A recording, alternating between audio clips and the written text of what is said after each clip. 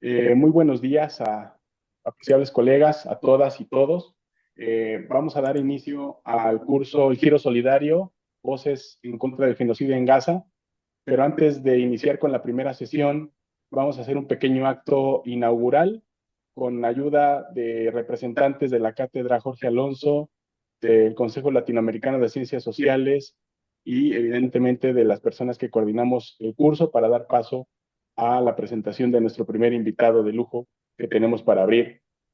Aprovecho para dar muchos saludos a personas conocidas que se están conectando de varias partes del mundo, de España, de Egipto, de aquí mismo de México. Les mando un fuerte abrazo y les agradezco por estar conectados y conectadas a esta primera sesión. Sin más por el momento, le quiero rogar, por favor, a la profesora Aranza Marisol que nos dé unas palabras de inauguración a nombre de la Cátedra Jorge Alonso. Por favor, estimada Aranza, adelante, por favor.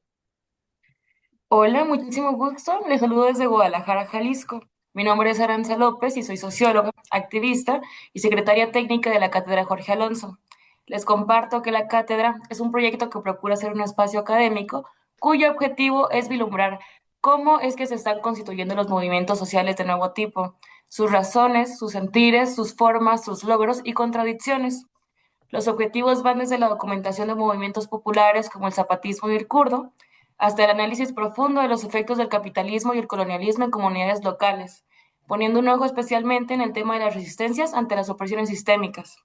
Esto es hecho a través del análisis, discusión, problematización y diálogo en temas como el pensamiento crítico, las luchas por las autonomías, la defensa del territorio, la ecología y los derechos de las mujeres, contribuyendo significativamente a la difusión del conocimiento crítico y abriendo espacios para plantear los nuevos horizontes de posibilidad.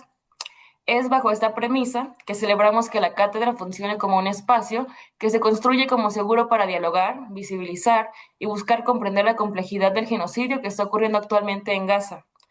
Así, pues en este seminario nos estaremos acompañando para comprender el contexto sociohistórico de la región, especialmente su afronta con el colonialismo, la militarización y su lugar dentro de las relaciones internacionales nos ayudará a vislumbrar la complejidad del fenómeno y el cómo, aunque estemos a países a distancia, podamos tomar acción, podemos tomar solidaridad, aunque sea desde el aprendizaje y las reflexiones propias.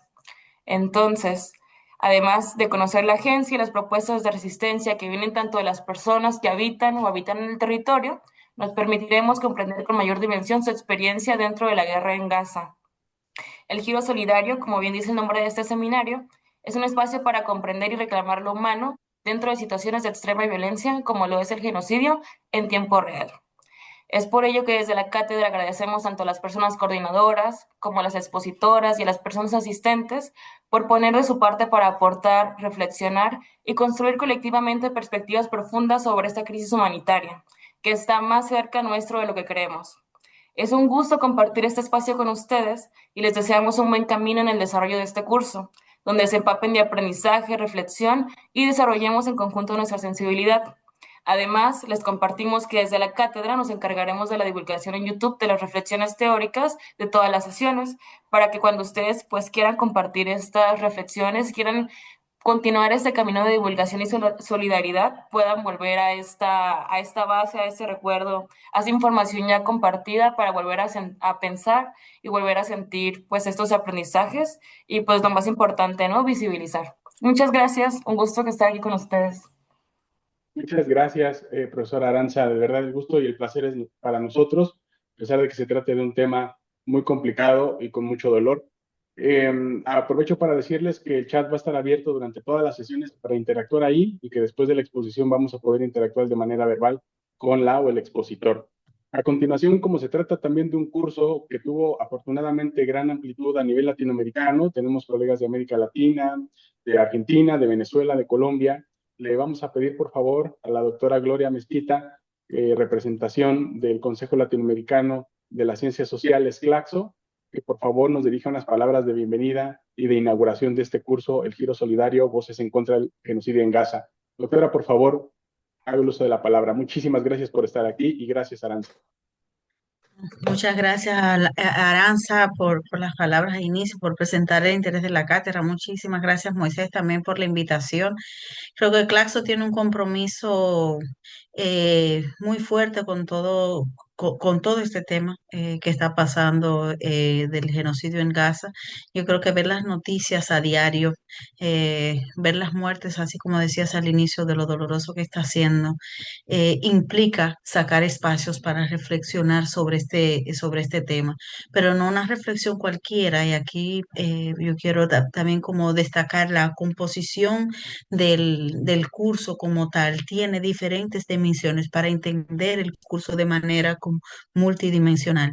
Pero cuando hablaba también de reflexión cualquiera, además de lo multidimensional, es que invita a un giro solidario y no una solidaridad que se expresa solamente en redes sociales, sino una realidad que se expresa y se debe expresar en facilitar herramientas para entender este contexto, en facilitar herramientas para la denuncia, denunciar, seguir denunciando, seguir alzando la voz de la situación que está pasando, pero sobre todo una solidaridad que se transmite y que se hace real, tangible en, en el acompañamiento.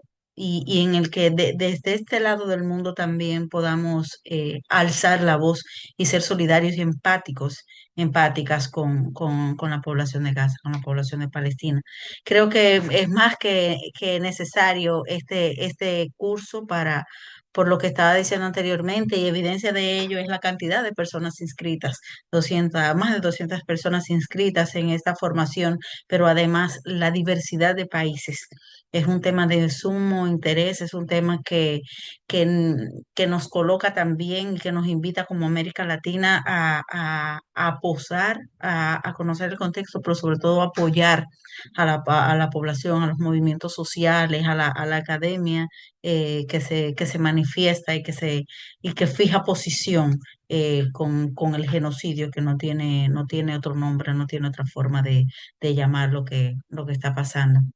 Así que yo agradezco mucho el espacio, agradezco mucho también la ponencia del día de hoy del doctor Erika Albizu, que sé que la van a aprovechar mucho, la invito a aprovechar mucho, pero así aprovechar muchísimo todo el curso, que yo sé que nos va a traer una mirada distinta, una mirada crítica, y también nos va a impulsar esa solidaridad que necesitamos. Así que desde Claxo saludamos muchísimo la iniciativa y también que lo podamos hacer en conjunto con la universidad, que lo podamos hacer en conjunto con el grupo de trabajo, con el colectivo de académicos con Palestina y demás. Así que pensarlo en conjunto también es parte de esa solidaridad expresada. Muchísimas gracias, profesora Gloria. Muchísimas gracias por su tiempo y por acompañarnos en este acto de inauguración y sobre todo pues por darnos ese impulso que necesitamos para que aguantemos todo este año pensando, reflexionando por y con Palestina. Gracias a usted y a Claudio. A continuación, quisiera pedirle por favor a la doctora Márgara Millán, no solamente en calidad de representante del Seminario de Estudios sobre Palestina de la Facultad de Ciencias Políticas y Sociales, sino también como integrante activa del colectivo académico por Palestina contra el genocidio en Gaza, que nos dé unas palabras de inauguración para antes de iniciar nuestra sesión con el doctor Indica. Doctora Márgara, por favor, adelante. Muchas gracias, Moisés. Bienvenido, Andy Calvisu. Muchas gracias, Aranza y Gloria Claxo y la cátedra Doc Alonso. Bueno, pues yo estoy muy contenta de que esta iniciativa se haya organizado. Prácticamente todas las personas que vamos a tener aquí, pues van a tratar temas muy distintos, nos van a dar un panorama muy integral de algo que por mucho tiempo, pienso yo, ha quedado como tras un velo, el conflicto de Medio Oriente, ¿no? Vamos a entrar a profundidad a entender, pues, lo que sustenta lo que hoy estamos viviendo, que es una tragedia. Em, y también nosotros pensamos con Moisés que el giro solidario pues también tiene que hacer, como lo estamos haciendo ya entre instituciones y grupos académicos, un momento de articulación no solo de la reflexión, de la teoría, sino también de la acción. Entonces también pensamos que a partir de esta revisión que vamos a tener, pues quizás surjan iniciativas que vamos a estar apoyando para tratar en lo posible y en la medida de nuestras fuerzas, pues parar con el genocidio que estamos viendo día a día y que no para de recrudecerse, ¿no? Entonces, bueno, dicho esto, Moisés, yo creo que nos ponemos a trabajar. Gracias. Nos ponemos a trabajar, doctora Millán, muchas gracias por el acompañamiento. Y por mi parte, simplemente voy a decir que este curso, pues intenta sembrar una semilla para formular preguntas y reflexiones sobre lo que está ocurriendo en Gaza. Y estamos utilizando el espacio de la Universidad Pública Latinoamericana, la cual, tal como se ha hecho en otras crisis a lo largo de décadas, pues ha fungido como un espacio valioso y de vital libertad, sobre todo para la libertad de expresión, libertad de cátedra, cosa que ahorita no se tiene en todos los países. Ya ven cómo está en Alemania, ya ven cómo está en algunas universidades de Francia, y me parece que hay que aprovechar el espacio de libertad de expresión que ofrece la universidad pública para hacer este tipo de ideas y de eventos. Un eje articulador será la aplicación de esto de la hermenéutica de la sospecha, que invite a toda la audiencia que está conectada a reflexionar cómo lo que ocurre en Gaza en particular y en Palestina en general no empezó el 7 de octubre. Esa es una de las principales metas que tenemos aquí para contextualizar, ver los antecedentes, actores y momentos políticos y geopolíticos previos que son muy importantes para conocer e interpretar la barbarie que se está dando en el siglo XXI, colegas. Muchas gracias, la doctora Gloria, Aranza, Márgara. Y ahora a continuación me voy a permitir presentar al profesor Endica, que va a abrir el curso y que sin más, pues ya vamos a dar inicio a su cátedra. Se trata del doctor Endica Albizú Rodríguez, se trata de un profesor que trabaja en el Departamento de Políticas Públicas e Historia Económica de la Facultad de Economía en la Universidad del País Vasco.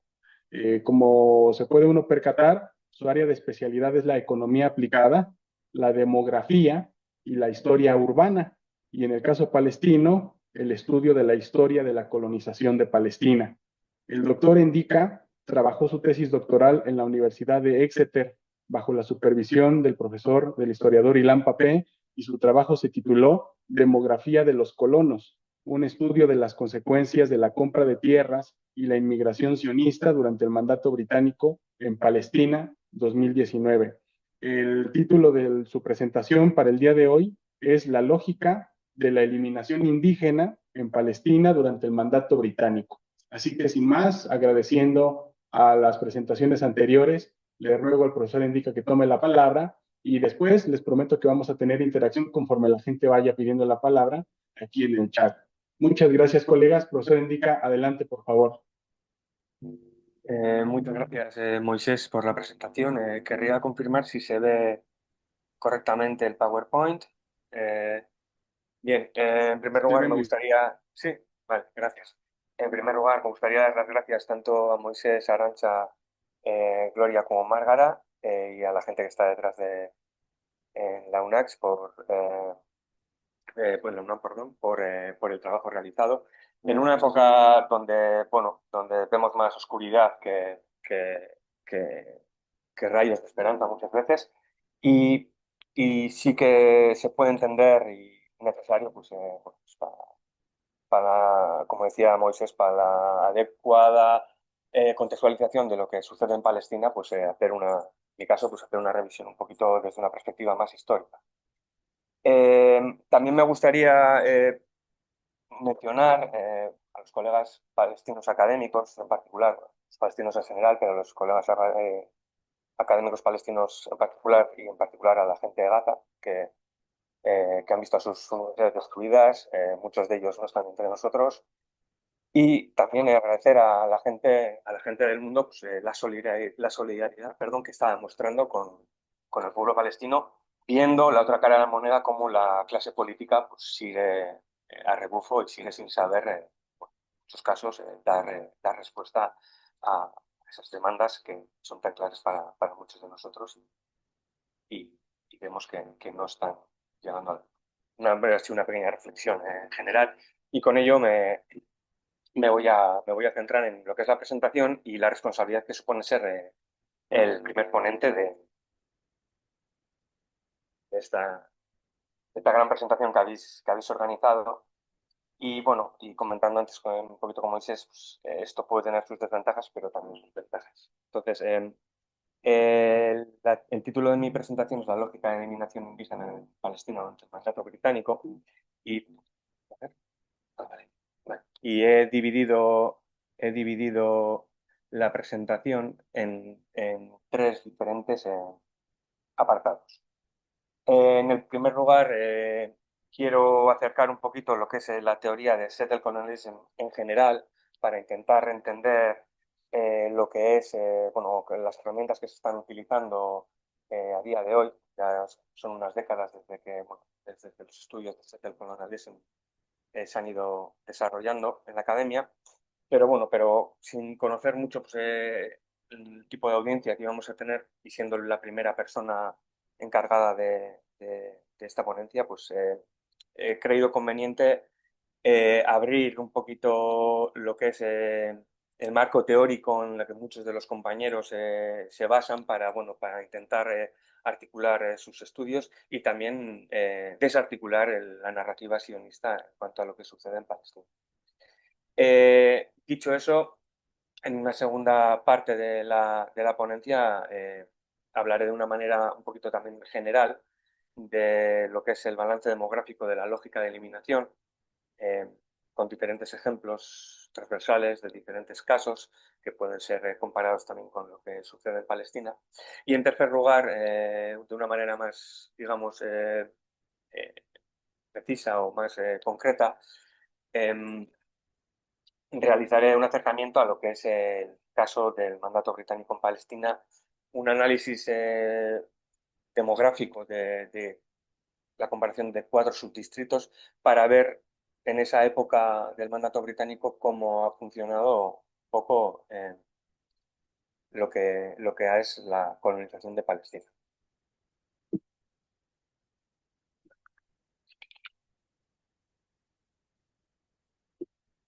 Bien, como señalaba, Setter Colonial Studies es una herramienta ampliamente utilizada a día de hoy para analizar el caso estudio de Palestina. Se diferencia de lo que es el colonialismo clásico, o bueno, nace de intentar dar respuesta a una serie de preguntas que no se articulaban bien en el colonialismo clásico. En esta época moderna, Patrick Ward, por poner nombres, o Lorenzo Berardini, son dos académicos que bueno, empezaron a articular eh, esta teoría partiendo de estudios indígenas de Australia. Y bueno, y venía un poquito articulándose por la necesidad de dar respuesta a una serie de casos de estudio donde después de procesos descoloniales sí, de procesos coloniales, seguíase manteniendo una población indígena y una población no indígena colona en una serie de estados que no respondían o que no habían sabido encauzar esas soluciones por medio de los procesos de descolonización. Entonces, esa herramienta se articula como una herramienta nueva para el análisis y ayuda también a marcar, en el caso de lo que es Israel, a romper esa excepcionalidad vendida por el sionismo, la narrativa sionista. En el caso de Israel, bueno, muchos o diferentes también académicos anteriormente analizándolo como un problema religioso. También, como ejemplo, me gustaría señalar que Irlanda del Norte, el norte de Irlanda, también ha sido tratado ampliamente como un problema religioso, clase política, etcétera, etcétera. Pero bueno, se enmarca a día de hoy dentro de lo que es estudios de caso de colonialismo de asentamiento, que nos ayuda al mismo tiempo a, bueno, a hacer comparativas entre ellos y analizar los distintos fases, estadios o consecuencias de los proyectos. Como había señalado anteriormente, Patrick Wolf articuló la teoría de Settle Colonialism, que se ha ido definiendo poco a poco como un campo general de estudios y qué características muestran esos proyectos coloniales. Sí que es verdad que son diferentes entre sí, cada proyecto colonial es diferente, pueden nacer en épocas diferentes o pueden coexistir con proyectos de un colonialismo más clásico. Hay algunas diferencias que me gustaría o iré señalando poco a poco pero una de ellas en el artículo que publicó Pacho, fue uno de los artículos, el artículo más importante que publicó, viene a decir que la invasión es estructural y no es un evento que sucede en el tiempo, y que el acceso a la tierra es el primer motivo para la eliminación del indígena, no la raza, no otro tipo de motivo, sino que el acceso a la tierra es el primer motivo para la eliminación del indígena. Sí que es verdad que antes de ese propio acceso a la tierra, y hablo en general con los distintos casos de settle colonialism, de colonialismo de asentamiento, antes de conseguir ese acceso físico a la tierra, se genera un reclamo sobre la tierra. Cuando voy hablando igual con estos ejemplos, podrá venir a la mente pues, otros casos, distintos ejemplos. En el caso de Palestina, en el caso del movimiento sionista que nace dentro de un contexto europeo, colonial europeo, nacionalista europeo, utiliza el reclamo de probablemente el libro menos curioso para menos dentro del judaísmo, la Biblia, para justificar la conexión con esa tierra y crear un reclamo sobre esa tierra que al mismo tiempo genera un proceso de indemnización del colono que al mismo tiempo genera una ruptura con esa tierra que ha sido habitada por el indígena, rompiendo esa unión. Puede ser un ejemplo religioso, como acabo de señalar en el caso de Palestina. Puede ser un ejemplo de utilización económica de la tierra, históricos, darwinismo social. Puede tener distintos ejemplos cada caso de estudio, o incluso podemos ver algunos casos donde se representa el caso de Terra Nullius, de una tierra vacía. Una tierra vacía que dentro del entendimiento del colonizador no está siendo utilizada, no tiene dueño, pero dentro de la perspectiva indígena, la utilización de esa tierra tiene distintas visiones y distintos motivos que la indígena. Puede vender esa tierra como Terra Nullius, pero teniendo en cuenta que no es tierra sin utilizar.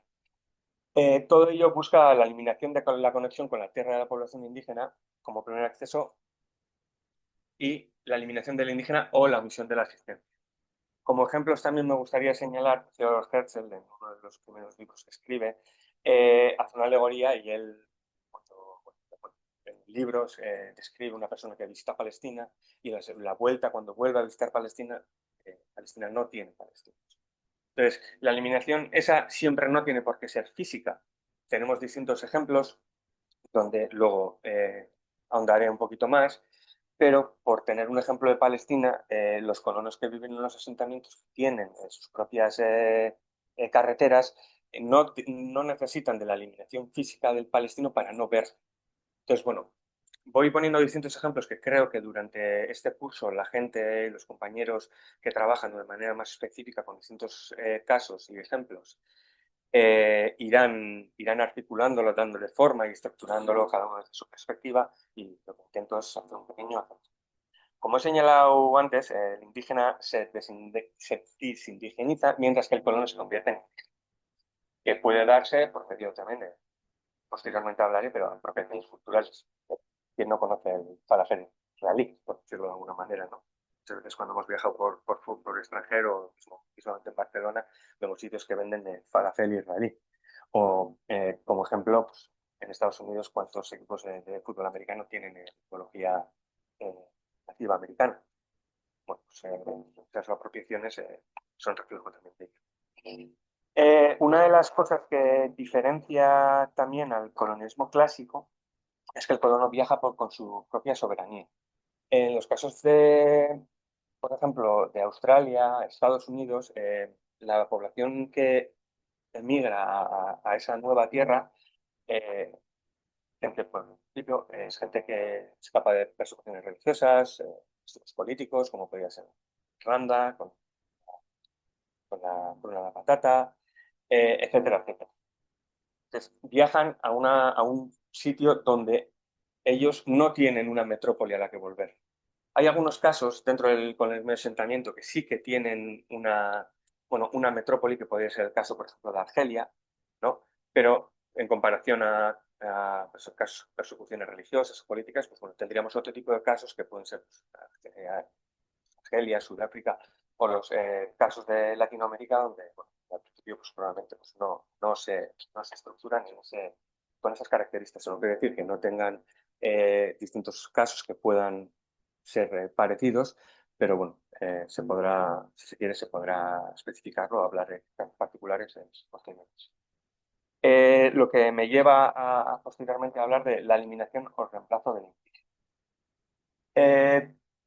La lógica de eliminación, como dice la propia definición, pues entender lo que es, busca la eliminación del indígena, pero esa eliminación en casos muy puntuales se ha podido dar inmediata, en medio de guerra o factores, enfermedades, cuando se comienza en la colonización, pero generalmente se da dentro de un proceso en tiempo que tanto la población indígena como la población colona coexisten. ¿Vale? Entonces, dependiendo de las necesidades, tanto y de los factores económicos, demográficos y políticos del proyecto colonial, la capacidad de reemplazar la población indígena varía, por ejemplo. Entonces, no podemos comparar, son diferentes las comparaciones de lo que puede ser la población que ha migrado por ejemplo, a Namibia, que tuvo una migración muy poca, de lo que es Alemania, a lo que es el caso de Palestina, donde cualquier judío del mundo puede emigrar a Palestina. Entonces, dentro de esa migración, el proyecto colonial lo que puede buscar o lo que podría buscar también es un contexto de la necesidad de la fuerza productiva para trabajar en esa tierra. Dependiendo de los proyectos coloniales, algunos proyectos coloniales han utilizado la mano de obra indígena por motivos, obviamente, demográficos, de no poder suplantar ese tipo de población. O en otros casos sí se ha dado ese tipo de caso. En el caso de Palestina, tenemos el mandato británico, como hay un intento de reemplazar la mano de obra árabe por una mano de obra judía, y distintos casos van variando de la misma manera dependiendo de las necesidades económicas y políticas de cada caso que se pueda trabajar. También es importante analizar lo que es la frontera, porque la expulsión o eliminación de lo que es el indígena se puede dar, con eso me gustaría poner como ejemplo el caso de Estados Unidos, fuera de lo que es lo que los colonos considerarían su frontera, que serían los primeros asentamientos en la costa este de Estados Unidos. Se expulsa a los indígenas para el oeste, pero una vez que el proyecto colonial americano necesita de más tierra, hay más inmigración y necesita de ir adquiriendo me refiero por tratados, violencia, etcétera, etcétera, más tierra, se va cerrando la frontera hasta que el remanente de población indígena es otra vez introducido en lo que es dentro de la frontera del proyecto colonial. Como he dicho, uno de los ejemplos sería la conquista del oeste. Dentro de los procesos de racialización que se dan en los distintos casos, que puede ser también en Estados Unidos, Brasil, etcétera, etcétera, es interesante ver cómo algunos no indígenas, que puede ser mano de obra llevada, por ejemplo, a Estados Unidos o a Brasil para trabajar en plantaciones de algodón, etcétera, etcétera, dependiendo de las necesidades del proyecto colonial, se les mantiene dentro o fuera de la esfera colonial. Me refiero a que se utiliza, por ejemplo, a la población afroamericana en contra de la población indígena, y una vez que la población indígena no existe o no es una amenaza, ya entra un proceso de racialización y vuelve la población afroamericana a estrata más baja o a confrontar, ser, entre comillas, un problema para el proyecto colonial. Entonces, la lógica de eliminación, bueno, iré más adelante a hablar de lo que es el balance demográfico de esa lógica, pero viene a ser una definición general. Eso. También es verdad que dentro de la narrativa que se trabaja bueno, la narrativa que se trabaja, o la literatura, el imaginario que proyectan los proyectos coloniales, los los colonizadores siempre tienen actitudes pacíficas. He traído una cita atribuida a Eduardo Galeano, que dice que es una cita creo que conocida por todo el mundo, pero bueno, viene a decir, vinieron, ellos tenían la Biblia y nosotros teníamos la tierra, nos dijeron, cierren los ojos y recen, y cuando abrimos los ojos, ellos tenían la tierra y nosotros teníamos la Biblia. Es una ironía muy, me ha gustado en el sentido porque refleja esa visión o sea, que quiero hacer ver de que las actitudes pacíficas de los colonizadores, ¿no? Y era una cita, pues siendo un periodista y escritor latinoamericano, pues me ha gustado introducirla.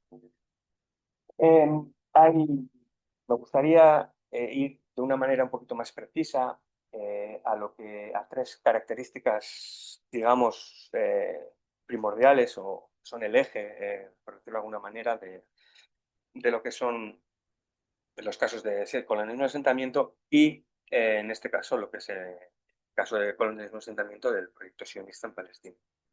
Como he señalado, bueno, la tierra es el primer motivo de eliminación. El control total de la tierra no tiene por qué ser una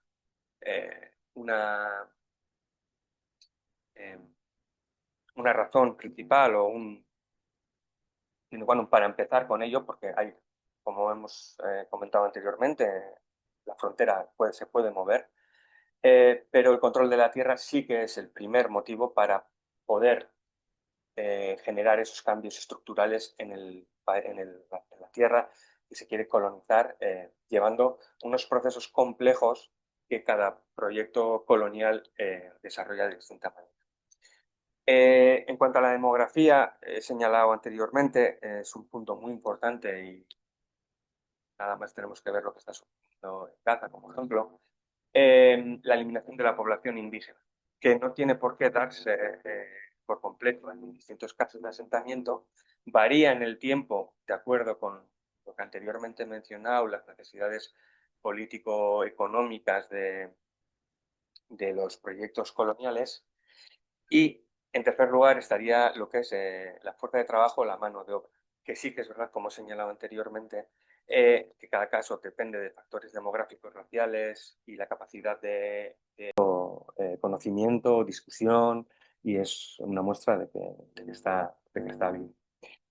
Después de hacer una pequeña introducción a lo que es los estudios de Settle Colonial, me gustaría, como segunda parte de lo que es esta presentación, hacer un acercamiento a lo que es el balance demográfico de la lógica de negociación. Tenemos claro que distintos proyectos coloniales acabó trabajado por la alimentación de indígenas de distintas maneras, distintas herramientas, pero como he señalado antes, no todos afortunadamente no todos, o pocos, unos, han conseguido la completa eliminación de la población indígena.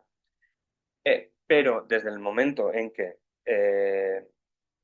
comienza ese proceso de colonización hasta el momento, y esto de una manera más teórica, se lleva a la eliminación indígena, hay un balance, hay unos cambios, hay unas correlaciones entre los indígenas y los colonos que son importantes a la hora creo que son importantes a la hora de entender por qué distintos proyectos coloniales actúan de esa manera.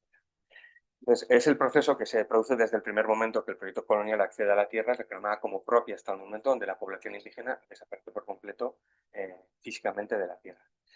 Ese proceso es dinámico, como he señalado, las fases son intercambiables en tiempo y reversibles en algunos de los casos, procesos decoloniales, un surplus de migración externa puede cambiar esos balances, esos equilibrios, y cada caso de estudio tiene sus peculiaridades que responden a las decisiones sociopolíticas y políticas de cada proyecto colonial o, bueno, pues de una visión más globalizada, pero bueno, de cada proyecto colonial. Posteriormente tengo un gráfico explicativo donde iremos tratando distintos casos para ver un poquito cómo articulo lo que es esta teoría, pero tiene estas fases. El primer punto es un punto de inicio donde no hay población colona. El segundo punto es un punto donde le he llamado crítico, donde hay una población colona muy pequeña en proporción a la población indígena. Tercero, desequilibrada, donde hay una población colona, bueno, considerable, digamos, pero está muy, en un desequilibrio muy grande en comparación a la población indígena. El cuarto punto sería equilibrada, donde digamos que estarían el 50% cada una. El siguiente, equilibrio de seguridad, que llamaríamos donde la población indígena tiene un porcentaje considerable, pero la población colona mantiene una especie de buffer, una especie de seguridad en cuanto a la presión demográfica una anteúltima parte sin retorno, donde prácticamente la población indígena es inexistente, y el punto final de este tiempo. Entonces, todo esto lo he articulado, estoy trabajando en lo que es esta teoría, lo he articulado en un gráfico donde podemos ver, en este caso está en inglés, pero podemos ver el punto de inicio, donde tenemos cero colonos y el 100% de indígenas, y el último punto, Vanishing Point, donde tenemos cero indígenas y el 100% de población colona. Entre medias tenemos lo que he ido comentando, pues las diferentes fases o diferentes puntos que relacionan los balances demográficos entre la población indígena y la población colonizadora. En primer lugar, el balance crítico podríamos verlo como un punto donde la supervivencia del propio proyecto colonial puede estar en riesgo, y hay algunos casos que podemos analizar posteriormente que fallan en el proceso colonial y se lleva un proceso de descolonización donde termina el intento del proyecto colonial. En la segunda fase hablaríamos de un proyecto donde hay una considerable población demográfica, se marca un 20% de colonos versus un 80% de indígenas. Señalo posteriormente un balance del 50%, posteriormente, como he comentado, 80-20, 95-5, y la total desaparición de la población indígena. De una manera más, digamos, más específica, o de una manera más fácil, da igual, gráfico un poquito abstracto, podríamos poner distintos ejemplos a lo que he ido señalando dentro de lo que son el balance demográfico, la lógica de eliminación dentro de los proyectos coloniales.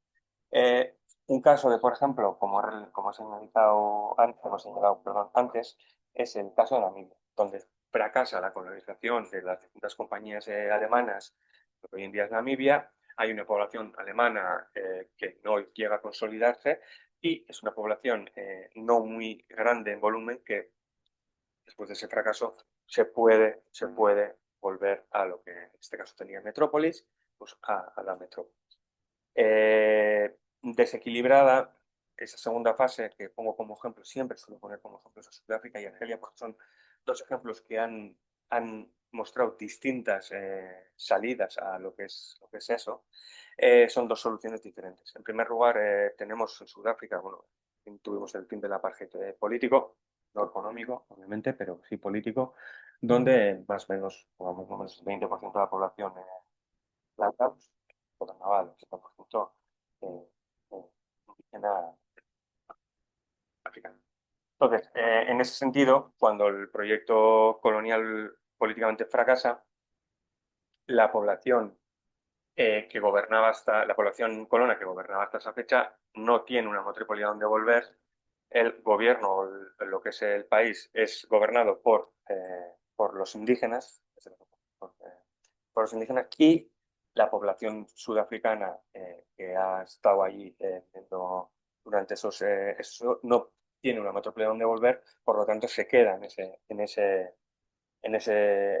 país, y un proceso de asimilación, un proceso de, bueno, ya sería analizar de una manera más específica qué desarrollo tendría ese tipo o la población que vive. En el caso de Argelia tenemos un ejemplo contrario donde fracasa el proyecto colonial y mucha gente de origen francés va a la madre patria, vuelve a la metrópoli francesa habiendo un proceso de descolonización. ¿Vale? Entonces, como ejemplo de equilibrada tendríamos lo que es, bueno, es un balance simbólico, tendríamos lo que es la Palestina histórica, donde un 50% de población más o menos es Palestina y un 50% judía. Otro de los ejemplos que he introducido últimamente es el de Nueva Caledonia, porque por el año pasado hubo distintas revueltas en Nueva Caledonia porque querían naturalizar o dar una serie de derechos a, bueno, a ciudadanos, franceses, y la gente indígena, pues aquello iba a llevar un poquito lo que serían los datos demográficos a 50-50, si no me equivoco, y hubo protestas porque iban a perder pues, representación, iban a perder pues parte de, iban a ver cómo una población colonial iba a llegar al 50%, a la misma cantidad de lo que es la población. Un equilibrio de seguridad sería lo que hoy en día tenemos en el Estado de Israel, pongo entre comillas cantidades aceptables o factibles de no... para no visualizar me refiero a, pues, bueno, a que aunque vivan en ese país, pues, el colono no tiene que convivir en el día a día y compartir esos espacios con la población. La cantidad es aceptable, pues, he puesto un 80-20, por poner un ejemplo, lo que es el Estado de Israel. Sin retorno sería lo que es o lo que ha sucedido en Australia, Estados Unidos, donde la población indígena es alrededor de un 3%, donde hay una asimilación de los, o intento, se podría realizar un intento, algunos países, realizar un intento de asimilación de las poblaciones indígenas y una apropiación de los símbolos culturales indígenas como propios para los colonos. He señalado antes los casos, por ejemplo, de los equipos, por ejemplo, de fútbol americano, donde tienen una clara simbología de los nativos indígenas americanos, cuando es una apropiación Estimado Indica, Sí. disculpa, es que nos anotan en el chat que si puedes, por favor, acercarte un poco más el micro de ahí, para que se escuche un poco mejor. Ah, vale, perdón, sí, vale. Mucho, mucho mejor. Gracias, gracias. Vale, perdón. Vale. Entonces, asimilación de los indígenas y apropiación de los símbolos indígenas. El punto final, bueno, he querido poner Gaza en el contexto, no es el caso, sería un caso donde la población indígena está totalmente aniquilada. Con esto quiero decir, por ejemplo, en el caso, estamos viendo cómo Trump y Netanyahu están diciendo que quieren transferir toda la población de Gaza a otras zonas. En el caso de lo que yo trabajo, lo que yo quiero, bueno, o la parte teórica que quiero enfatizar, no es no es el caso de que una población es desplazada de un lado a otro. Me refiero al punto final de extinción, una población es totalmente aniquilada. ¿De acuerdo? Digo, por especificar un poquito lo que es eso. ¿Cómo se ha expuesto el análisis del balance demográfico de la lógica de eliminación? Sirve para marcar un estudio comparativo transversal entre diferentes casos de settled colonialism. Todos ellos, como he señalado antes, no tienen por qué recorrer todas esas fases, dependiendo de las características de cada uno y las decisiones político-económico-demográficas de cada proyecto colonial, pueden esas fases ser alteradas, pueden pasar de una a otra. Entonces me refiero que es un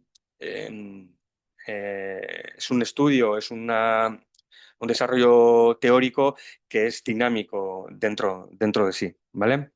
Y intento complementar desde una perspectiva demográfica lo que es la teoría de settled colonialism, aportando un poquito, pues, o llevando un poquito de una manera más específica lo que es la lógica de eliminación y de esos balances demográficos que he estado comentando hasta ahora. ¿Vale? Eso me lleva a ir a analizar y bueno, a hablar de lo que es el mandato británico. El mandato británico, como hemos visto anteriormente, bueno, pues la población colona al principio del mandato británico no era muy, muy grande, por decirlo de alguna manera, o muy considerable, y al final del mandato británico tendríamos más o menos que la población judía es un tercio de la población y está en posesión de un 6% de la tierra. Sí que es verdad que ese 6% de la tierra, si analizamos los tres tipos de tierra que hay en Palestina, tendrían el 25% de la tierra más cultivable o mejor cultivable de Palestina. ¿Vale? ¿Qué sucede en el mandato británico? Los británicos rechazan realizar transferencias de población como se había realizado en otros lugares, Turquía y Grecia, por ejemplo, aunque el proyecto colonial sionista intenta trabajar en esas transferencias, proponer que se les lleve a Jordania, incluso comprando tierras, ellos sufragando el coste. Pero los británicos, por distintos motivos, no acceden a esa transferencia. Entonces, la única manera que tenía el proyecto colonial sionista de cambiar la realidad demográfica en el mandato británico era comprar tierras y una vez que la titularidad de la tierra se había visto modificada, expulsar a los arrendatarios, a los campesinos palestinos que estaban trabajando o que habían estado trabajando esa tierra durante décadas y reemplazarlos por una fuerza de trabajo judía. Esto es lo que anteriormente he comentado, que en algunos casos, los proyectos coloniales, colonial, sí que utilizan la fuerza de trabajo indígena para su beneficio, por distintos motivos, ya sea demográficos, económicos, etcétera, etcétera, pero en el caso de Palestina y en el caso del proyecto sionista no sigue esa línea. En reglas generales y para entender un poquito lo que os voy a mostrar a continuación, en el mandato británico se puede esperar que haya un crecimiento generalizado de la población. ¿Por qué? Bueno, el mandato británico, los palestinos después de la Primera Guerra Mundial, hay unos avances en medicina, también hay una apertura más al mercado, lo que se puede entender que la gente mejora la alimentación, se generan o se crean mejores conexiones, como he dicho, la medicina va avanzando, se secan distintas ciénagas o pantanos que eran portadoras de mosquito para la malaria, etcétera, etcétera. Entonces se puede esperar dentro de una transición demográfica que las defunciones, nacimientos que no se mueran, o sea, la gente que viva más. Y que esos nacimientos, la gente pues cuando nace, pues que no muera al nacer. Entonces de esa manera pues que haya un crecimiento natural y en su conjunto que la población crezca. Por el otro lado, tenemos a la población judía que tiene un crecimiento apoyado, si analizaríamos datos, un crecimiento apoyado basado en la inmigración. ¿Vale? Que como he señalado, está abajo, pues, las distintas infraestructuras, etcétera, etcétera, que ayudan al desarrollo, al incremento poblacional. Las compras de tierra y las políticas de contratación de las compañías sionistas afectaron la realidad sobre el terreno de la población palestina. Eso es lo que voy a mirar o lo que he estado mirando desde el doctorado. Sí que es verdad que hay distintas, y posteriormente veremos los datos que disponemos, sí que hay distintas razones por las cuales una población árabe, una población determinada en el mandato británico, puede decrecer. Puede decrecer porque ha migrado a zonas de desarrollo económico como puede ser el puerto de Haifa, ha habido conflictos internos en los pueblos, malas cosechas, epidemias, enfermedades, etcétera, etcétera, que pueden generar un decrecimiento poblacional en las distintas comunidades, distintos pueblos, pero también entra la variable de la compra de tierra y de la aparición de la población judía en esa época, ¿vale? Para esto se analizan, esto es lo que llevé del doctorado, se analizan 4 subdistritos, 2 con compras de tierra e inmigración sionista considerable, que son Nazaret y Haifa, y 2 con aparentemente poca influencia del proyecto colonial, compras de tierra, etcétera, etcétera, que son Jenin y Nablus. ¿Vale? Las herramientas para analizar la inmigración son 4 fuentes poblacionales, 1922, 31, 38 y 45. He de señalar que no son precisas. El primer censo contiene 86 páginas solo y son fuentes que necesitan de una transformación para su utilización. Entonces, antes de analizar lo que es la influencia de la inmigración y compras de tierras sionistas, he tenido que transformar los censos para poder ser utilizados. ¿Vale? Se rediseñan las 4 fuentes poblacionales en un mapa base con los límites poblacionales municipales de 1945 y se van ubicando cada uno de las poblaciones del 1922, 31, 38 y 45, cada una de las fuentes, en el lugar geográfico que se ubica utilizando el Atlas de Palestina publicado por Abu Sitta. Vale, con eso, una vez generado, y ahora veremos el proceso, una vez generado 4 censos poblacionales que contienen el mismo número de poblaciones, se puede analizar los cambios poblacionales en un mismo, digamos, en un mismo municipio, en una misma unidad geográfica. ¿Vale? He traído, bueno, me ha parecido interesante mostraros, aunque sea de una manera bastante rápida, los censos, como son. Este es el censo de 1922. Hay divisiones religiosas, son censos coloniales, hay que tener eso siempre en mente. Está dividido como he dicho, en religiones y también en género, ¿vale? Masculino, femenino y total. No tiene un orden, no están alfabéticamente organizados, son más que censos, son eh, enumeraciones de población, porque no tenemos nombres nominales, no podemos seguir lo que anteriormente he dicho. Si una persona ha emigrado al puerto de Haifa a trabajar, no podemos seguirla de la ubicación donde vivía Haifa. Podemos ver que en esa ubicación ha habido una persona que ya no vive, o que, claro, que no podrías determinar si ha fallecido, si no ha fallecido, si se ha movido, etcétera, etcétera, y menos que ha ido a Haifa, ¿vale? Con censos modernos sí se podría realizar, pero no es el caso de lo que tenemos. Este sería el censo de 1931, donde ya se ve que hay un orden, donde hay un orden alfabético, donde se contabilizan también las casas. En cuanto a religión, también se mantiene esa división religiosa. Pero bueno, es un censo con, bueno, unas técnicas más modernas, digamos. Son 3 volúmenes. Es un trabajo bastante más completo de lo que realizaron los británicos en 1922. Vale, y en 1938 y 45 se disponen de estimaciones que parten del censo de 1931, donde, bueno, pues cruzando con otros datos, se van obteniendo las poblaciones orientativas bueno, estimadas de lo que son, en este caso, el subdistrito de Haifa. El proceso para trabajar con ellos, yo sé que no se ve, pero es muy pequeño y no es mi intención de que leáis los nombres.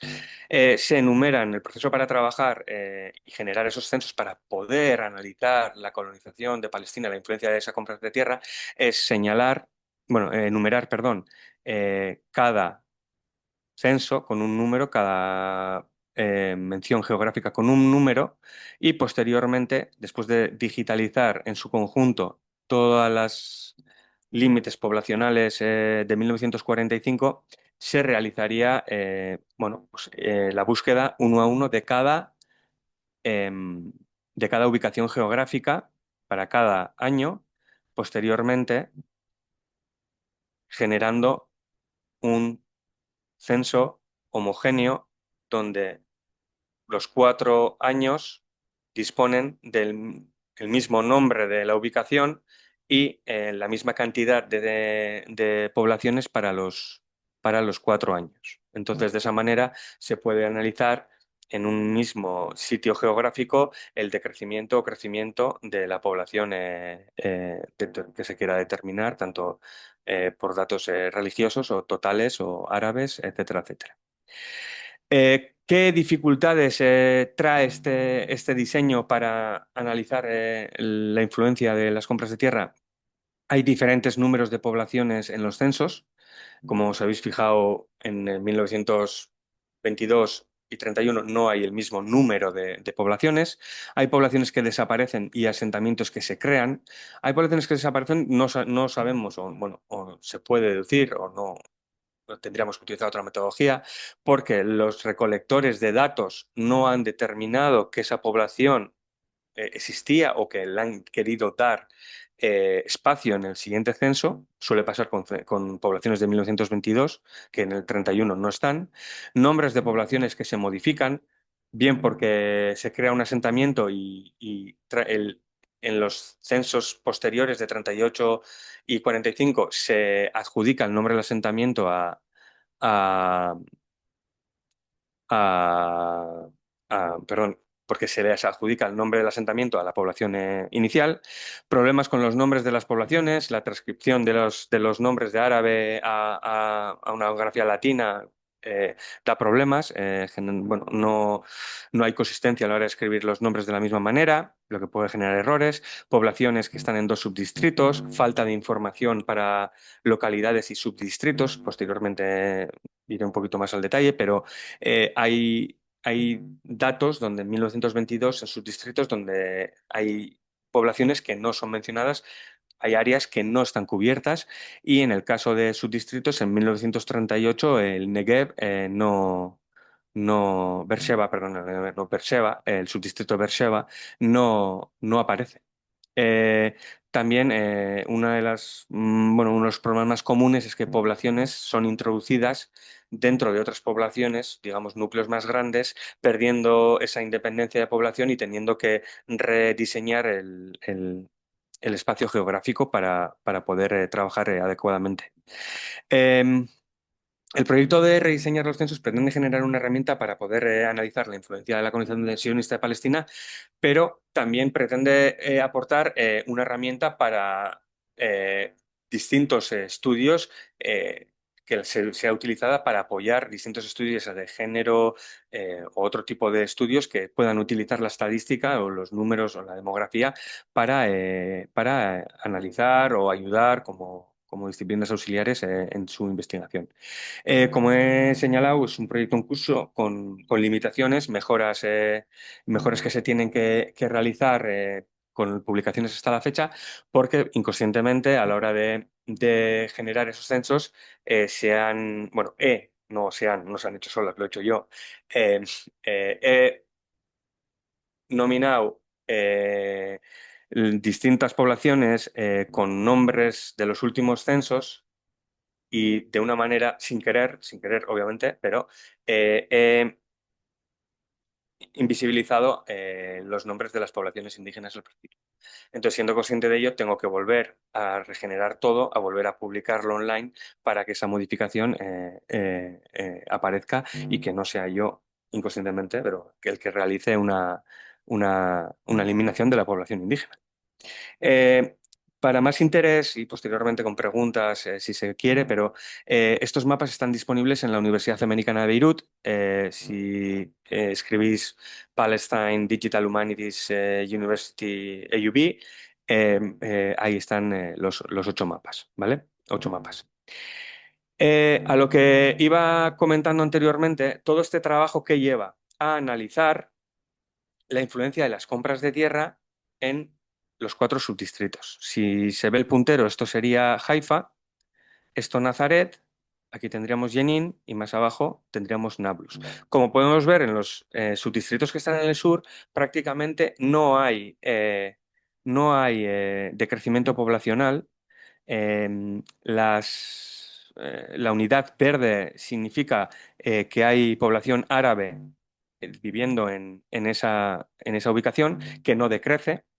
Las marcas o los contornos naranjas significan que tenemos uno aquí a la izquierda, significan que la población judía desaparece. El contorno azul significa que la población judía vive en ese municipio, digamos, en ese ente geográfico.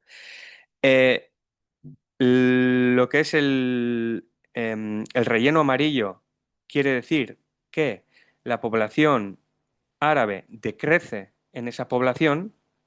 La población, perdón, el relleno rojo quiere decir que la población árabe desaparece en esa población, y en lo que es el relleno azul quiere decir que antes de la recolección de los datos de 1922, esas poblaciones han sido vaciadas de población árabe. En este caso serían 3, ¿vale?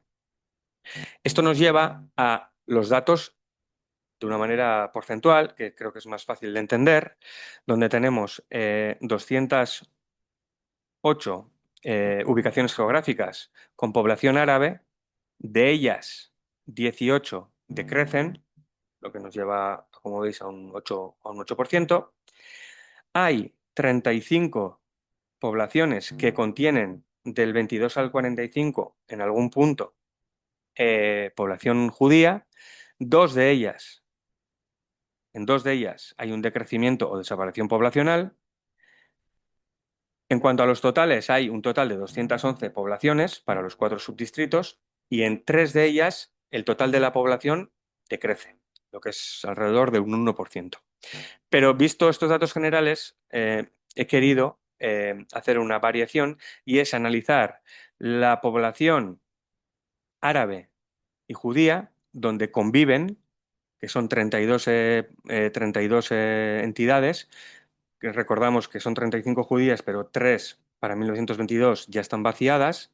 Entonces, en esas 32 ubicaciones donde en algún punto entre el 22 y el 45 hay población árabe y judía, en 15 de ellas, casi en el 50%, la población árabe decrece o, como hemos visto en rojo, desaparece completamente. Mientras que en el restante 176 ubicaciones geográficas con simplemente población árabe, en 3 de ellas la población árabe decrece lo que es más o menos un 1%. ¿Vale? Entonces, ¿eso qué nos quiere decir? La población árabe mantiene crecimientos demográficos en la mayoría de los pueblos, como hemos visto en el último dato. La población judía prácticamente no decrece. ¿Por qué no decrece? Pues porque se ve sustentada de una constante inmigración y sigue creciendo conforme el periodo va avanzando.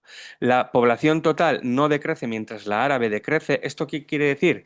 Que se está realizando un reemplazo de población. Hemos visto que solo 3 municipios de 211 la población total decrece, mientras que la población árabe en los municipios donde comparte espacio con la población judía, prácticamente en la mitad decrece o desaparece, ¿vale? Entonces podríamos deducir que se está dando un reemplazo de población. La población árabe que se encuentra en poblaciones con población judía decrece casi en la mitad de los pueblos, como he señalado, y la población árabe se encuentra en poblaciones sin población, perdón, la población árabe que se encuentra en poblaciones sin población judía prácticamente no decrece, como podría esperarse de acuerdo a, bueno, los distintos casos de transición demográfica y en los casos que hemos realizado, o sea, que hemos comentado anteriormente, perdón, por medio de, bueno, de distintas ventajas o distintos casos que se van dando a lo largo del mandato británico.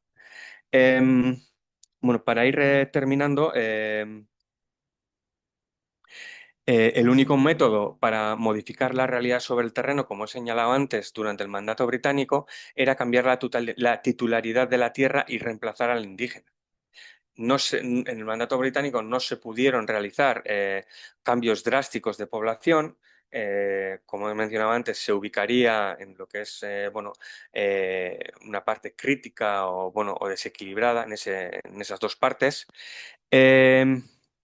Y dentro del balance demográfico de la lógica de la invención, el proyecto sionista, como he dicho, se encuentra en un momento crítico donde puede, al principio del mandato, donde puede fallar en la consecución de establecerse en Palestina. Bueno, obviamente sabemos que no ha pasado, pero estamos hablando de un momento crítico donde el balance demográfico es totalmente desequilibrado, ¿vale? En 1947 y 49 hay unos cambios, como señalé anteriormente, se pueden dar distintos cambios económicos, políticos, etcétera, etcétera, y ese cambio de circunstancias, lo que es la guerra del 47 al 49, lleva a la Nakba a la expulsión de 750.000 personas de lo que era y la destrucción de más de 400 poblaciones y barrios de ciudades que lleva a un cambio demográfico de balances en lo que anteriormente he estado describiendo. Debemos entender estas diferentes fases, cómo relacionarlas en los diferentes periodos y decisiones político-económicas del sionismo. Hoy en día, por ejemplo, por qué se está actuando en Gaza, dentro de lo que os estoy explicando siempre, cómo se está actuando y por qué se está actuando, y cuál es el motivo para que esa gente, o sea, para que el sionismo quiera eliminar a toda esa gente de esa tierra que ellos consideran suya, pues dentro de lo que es los balances demográficos, pues buscaríamos explicaciones también de lo que están llevando a cabo con el genocidio que están llevando a cabo en Gaza. Distintos análisis en distintas épocas cronológicas de lo que es el desarrollo del proyecto sionista en Palestina tienen distintas ubicaciones en esa teoría que he expuesto anteriormente, ¿vale? Puede ser una herramienta muy útil para articular discursos, lo que creo que Gloria comentaba al principio de su intervención. Hay que articularse también académicamente, ideológicamente, para hacer frente a esa narrativa, ¿no? que se lleva trabajando desde hace muchos años, pero puede ser una herramienta útil, lo que os estaba explicando o lo que estaba comentando del balance demográfico, la lógica de eliminación, para articular esos discursos, ¿no? y de construir esos discursos coloniales en cuanto al sionismo. Como he señalado anteriormente, tiene una perspectiva cronológica transversal de la colonización de Palestina. No simplemente he hablado en su totalidad, específicamente del mandato británico, pero es extrapolable desde el comienzo de la colonización de Palestina hasta el día de hoy, ¿vale? Y esto es una bibliografía general y con esto ya lo doy por terminado. Muchas gracias por vuestra atención. No sé cómo he estado de tiempo, no tenía ningún reloj a mano, no sé, Moisés, cuánto tiempo he estado o si me ha alargado o no, pero bueno. No, querido Indica, muchísimas gracias, ¿no? Pues estamos viendo las reacciones de los colegas a tu exposición, que se ha ajustado perfectamente al tiempo, porque además de que pudimos organizar e inaugurar formalmente el curso, ahora tenemos un tiempo muy bueno para discutir y para retroalimentar tu exposición, que está llena de datos sustentados por censos, documentos de a veces muy difícil acceso, que nos sirven muchísimo para argumentar mejor, para fortalecer nuestra lógica argumentativa de aquel momento de la historia del mandato británico, que se gesta como un momento colonial también, aunque con algunas herramientas muy distintas a las que se van a ver lamentablemente en la Nakba, como bien lo comentas, después de 1947, ante el Plan de Partición de Naciones Unidas, y 1948, con la instauración del Estado de Israel. Entonces, querido Indica, muchísimas gracias por esta exposición. Ya tenemos manos levantadas. Yo no quisiera tomar más tiempo más que para organizar las participaciones, pero antes no sé si la doctora Márgara Millán quería decir algo o definitivamente dar paso a las intervenciones de las colegas. Doctora Márgara. Damos paso y yo pedí la mano para en su momento también hacer algo, preguntar algo, ¿ok? Muy bien, muy bien. Pues aquí me aparece primero la mano de Tarik y luego de Nofret, apreciables colegas también de aquí, de las universidades mexicanas. Les rogaría a Tarik que tome la palabra y luego a nuestra querida colega Nofret. Adelante, Tarik. Gracias, doctora Marga.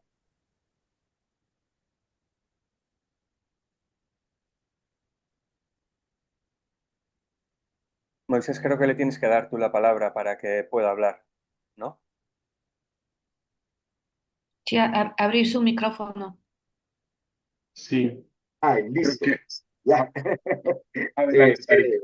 Para dar permiso. Pues antes que nada, de verdad, muchas felicidades, Moisés, a todos y todas las organizadoras, por supuesto al ponente, de verdad que fue una excelente ponencia. Con mi nombre es Tarik Serawi, soy académico mexicano y argelino.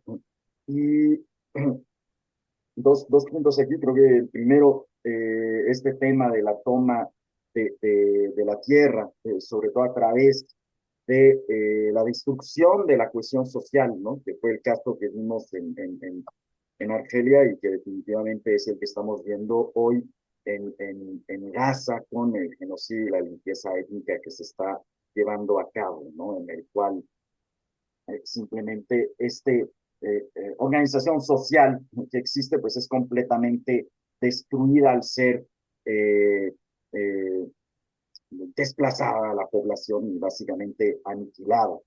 Esto de verdad fue muy interesante poder verlo con los mapas. La segunda y el segundo punto, no tanto en la presentación, pero sí agradezco mucho este espacio que sirve eh, para poder expresar ideas. Y dentro de todas estas acciones que se vienen haciendo, una recomendación a los y las colegas en sus respectivos países, apoyen a las comunidades palestinas, que esto no se quede nada más en una plática. En México tenemos refugiados palestinos, familias que necesitan apoyo inmediato y es una manera muy directa también de poder brindar nuestro apoyo. Familias de refugiados que se encuentran en una situación terrible, hablen con ellos porque de verdad las historias que traen, las cosas son mucho peor de lo que se ven en las noticias. Y de nueva cuenta, mil gracias, Moisés y los organizadores y organizadoras por este espacio tan necesario. Felicidades. Muchas gracias, Tarik. Doctor Indica, ¿quiere que recojamos varias preguntas o prefiere ir una por una? Como sea, como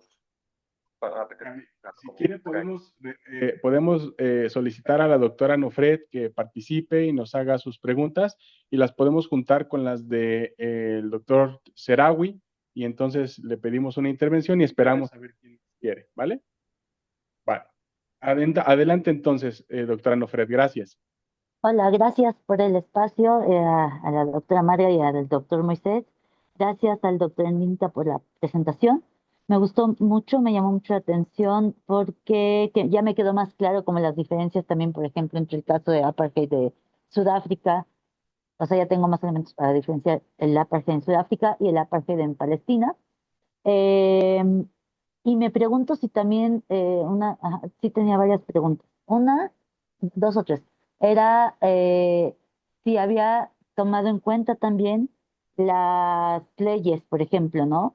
Que se ocuparon en Australia, en Nueva Zelanda, en Estados Unidos y en la misma Sudáfrica para desindigenizar a la población indígena y hacer indígena al colono, que esas leyes pues también inspiraron las leyes de Israel, ¿no? De alguna manera, la ley de ciudadanía del 52 y la ley de retorno del 50, bueno, o al revés, ¿no? Esas dos leyes. Y por otro lado, también si podía a lo mejor profundizar el ponente en esta cuestión de la soberanía. Es que no me quedó muy claro esta parte de que o sea, no me quedó claro si el colonialismo de asentamiento es el colono el que viaja con su soberanía a otros países, o es el colonialismo clásico, el colono, en el caso del colonialismo clásico, el colono que viaja con su soberanía a otros países. Y si me pudiera explicar eso un poco mejor y profundizar. Y ya esas serían, creo que por ahí tenía otra, pero si lo recuerdo, vuelvo a abrir a pedir más. Gracias.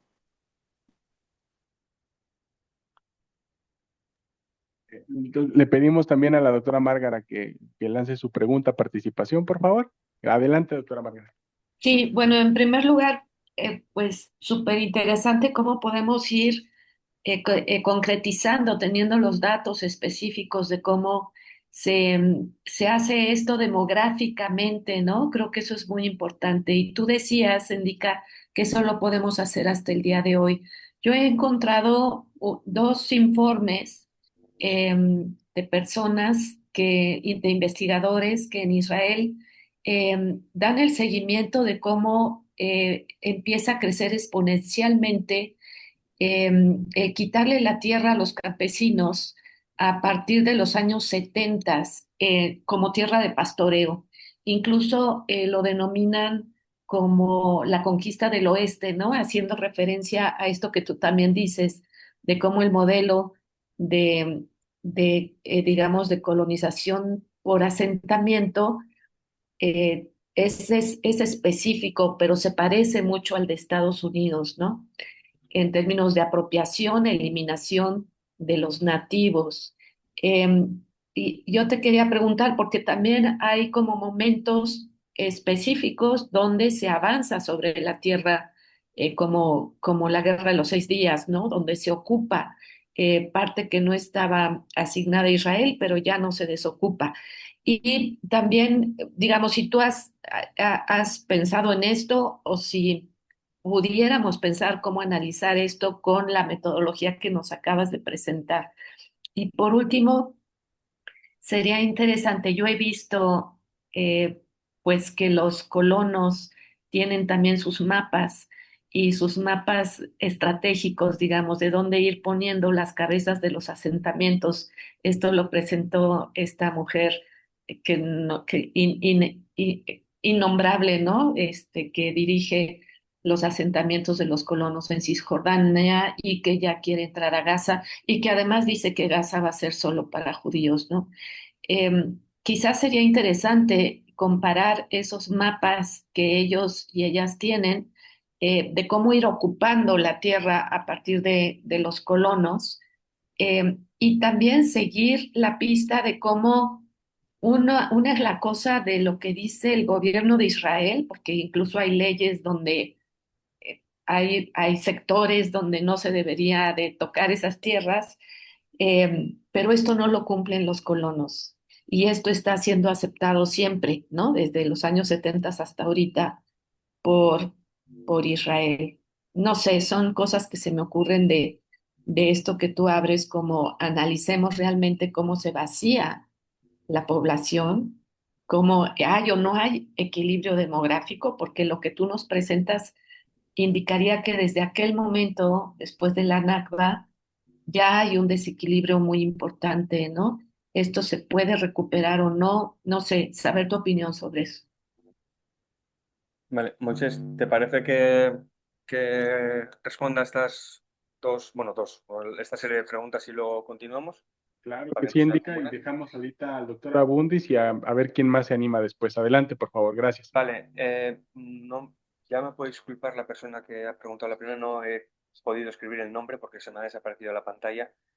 Entonces, no sé cómo se llama, pero bueno, hablando de las leyes que se han utilizado en distintos Settle Colonial Case Studies bueno, pues para indigenizar a los colonos y de la misma manera, pues bueno, eh, para dificultar la vida o para asimilar o para hacer desaparecer a la población indígena, no, yo no llego a trabajar con ello. Yo lo que hago, simplemente estoy articulando una teoría eh, basando basando en lo que es la lógica de la eliminación. Entonces, claro, yo cuando me pongo a trabajar con el mandato británico y veo que desaparece población y no desaparece, pero claro, no desaparece toda la población, en algunos municipios desaparecen, en otros no. Entonces, claro, ¿qué hay en medio del momento que antes de la colonización y en el momento que en algunos casos de estudio ha desaparecido? Entonces, eso me lleva a empezar a rascar y a empezar a mirar lo que sucede en medio. No voy por la parte legal de cómo utilizan los diferentes casos de estudio, las herramientas, que es interesante y es una puerta a abrir y a comparar eh, los distintos casos de estudio, qué tipo de herramientas jurídicas utilizan en su provecho para tanto sea desposeer la tierra en Brasil, en América, etcétera, etcétera. Sí que es verdad que podría ser interesante, viendo los estadios, y esto sería una comparativa muchísimo más grande, viendo los estadios en que se encuentra cada caso de estudio, la implementación de leyes que utiliza en base a los balances demográficos. Porque no es lo mismo, obviamente, las leyes que ha podido utilizar, que no las conozco, debo decir que no las conozco, el apartheid en Sudáfrica, o las leyes que se están articulando, se han articulado con no me acuerdo cómo se llamaba, Treatment Northern Territories en Australia, creo que era, que sacaba niños indígenas de familias para que fueran criados en familias blancas, etcétera, etcétera. O sea, las articulaciones son diferentes. Sí que es verdad que sería interesante ver en qué estadio cada uno cómo actúa. Pero lo que vengo a decir es, esta teoría, ese gráfico que he utilizado, es un poquito como una especie de paraguas para que luego cada uno desarrolle y vaya a unos estudios más específicos, porque cada caso es único en su especie, por decirlo de alguna manera, aunque compartan unas cosas en común. En cuanto a lo de la soberanía, perdona si no se me ha entendido bien, ponía el ejemplo de los primeros colonizadores tanto de Australia y de Estados Unidos, que viajan con su propia soberanía. Son, por ejemplo, no son solo ellos, pero los irlandeses que son metidos en barcos por robar una comida para alimentar a su familia durante la hambruna de la patata, y son mandados a Port Bay, Australia, esa gente no puede volver. Esa gente va a un tercer sitio por eso me refería, con su propia soberanía. Esos casos son Estados Unidos, Australia, son muy... Y es donde se ha empezado a articular, o donde se articula el discurso de Settle Colonial, pero luego nos lleva a ver otros casos que se están empezando a analizar como Settle Colonial y probablemente no siguen esas líneas, que puede ser, y vosotros que sois de América, en el caso de Latinoamérica, los casos que se dan con el colonialismo español. Al principio es un colonialismo muchísimo más mercantilista, donde no hay una inmigración española en gran medida, pero posteriormente esos criollos, ese mestizaje que se dan, etcétera, etcétera, se ven en distintos sitios, cómo se van articulando países con diferentes características. Argentina, Uruguay, etcétera, etcétera. No es Bolivia, no es México, tienen distintas características, pero no es una inmigración que ha viajado con su propia soberanía, sino que se ha generado esa propia soberanía en el propio lugar después de no sé cuántas generaciones alzándose contra la metrópoli. Un caso clásico, o el caso clásico por antonomasia, para entender una comparativa, es lo que hacen los británicos en India o en Egipto. Van, gobiernan,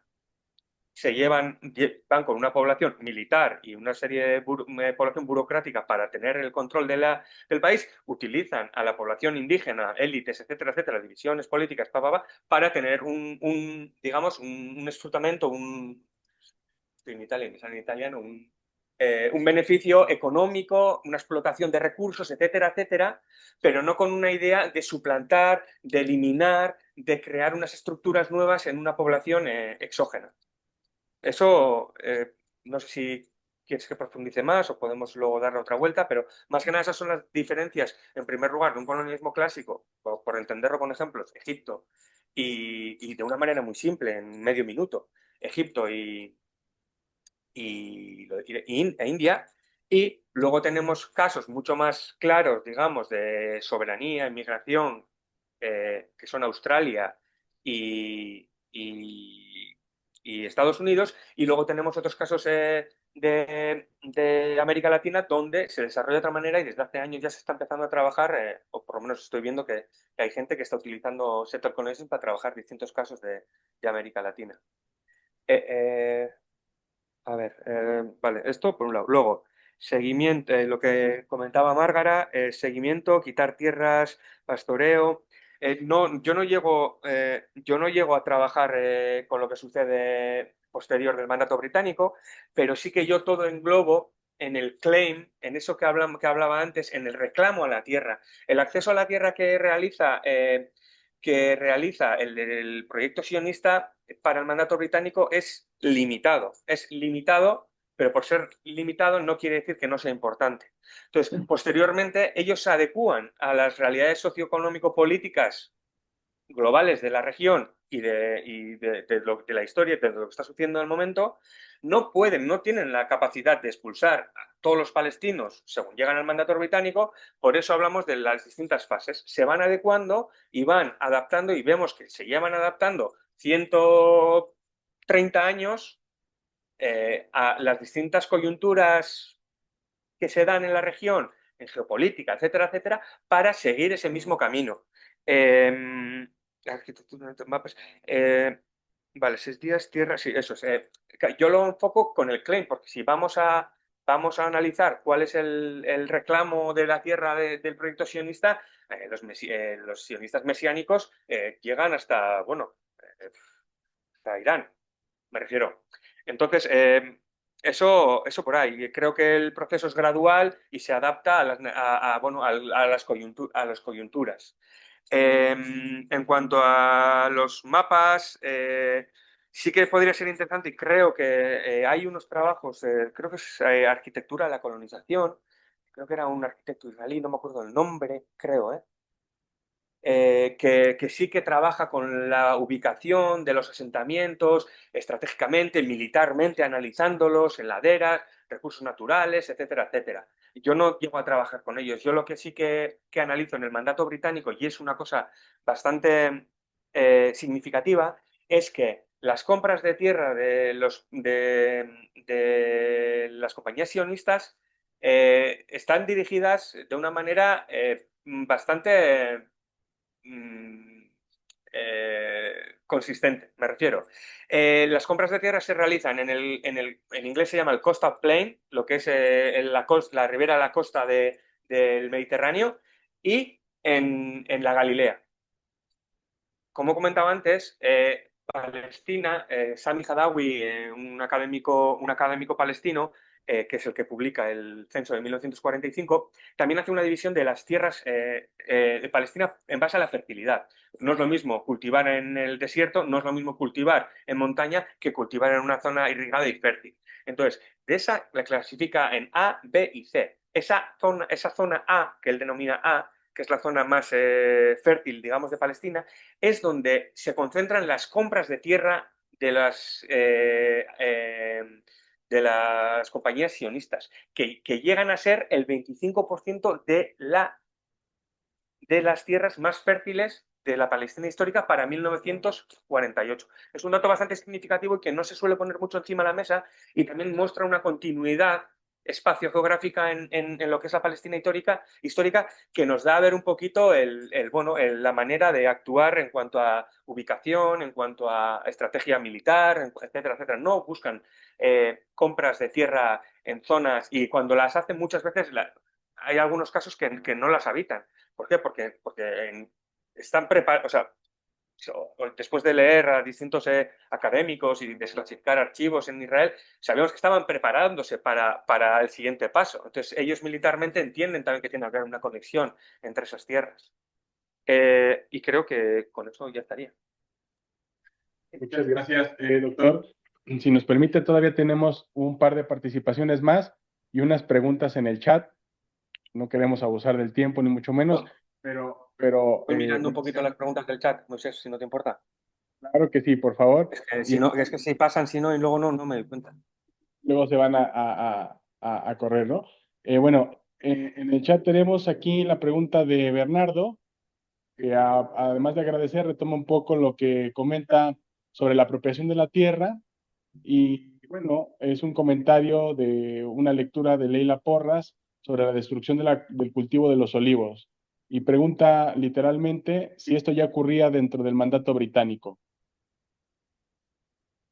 Pues si no tengo constancia para el problema el tipo de trabajo que hago yo metodológicamente no utiliza esas herramientas porque es otro tipo de trabajo. Me refiero, yo estoy rediseñando esos censos, y yo no soy palestino, soy vasco, hablo poco de árabe, entonces el acceso a poder buscar una respuesta de ese tipo de evento o ese tipo de sucesos va más a periódicos, va más a otro tipo de fuentes, ya puede ser disputas judiciales, etcétera, etcétera, que algunos de ellos estarían en idiomas que yo no controlo. Entonces, yo lo que quiero hacer con el trabajo que he expuesto y con el proyecto de rediseñar los censos de Palestina es palestinos de origen o gente que habla árabe, etcétera, etcétera, que utilicen, por ejemplo, esos datos que yo proporciono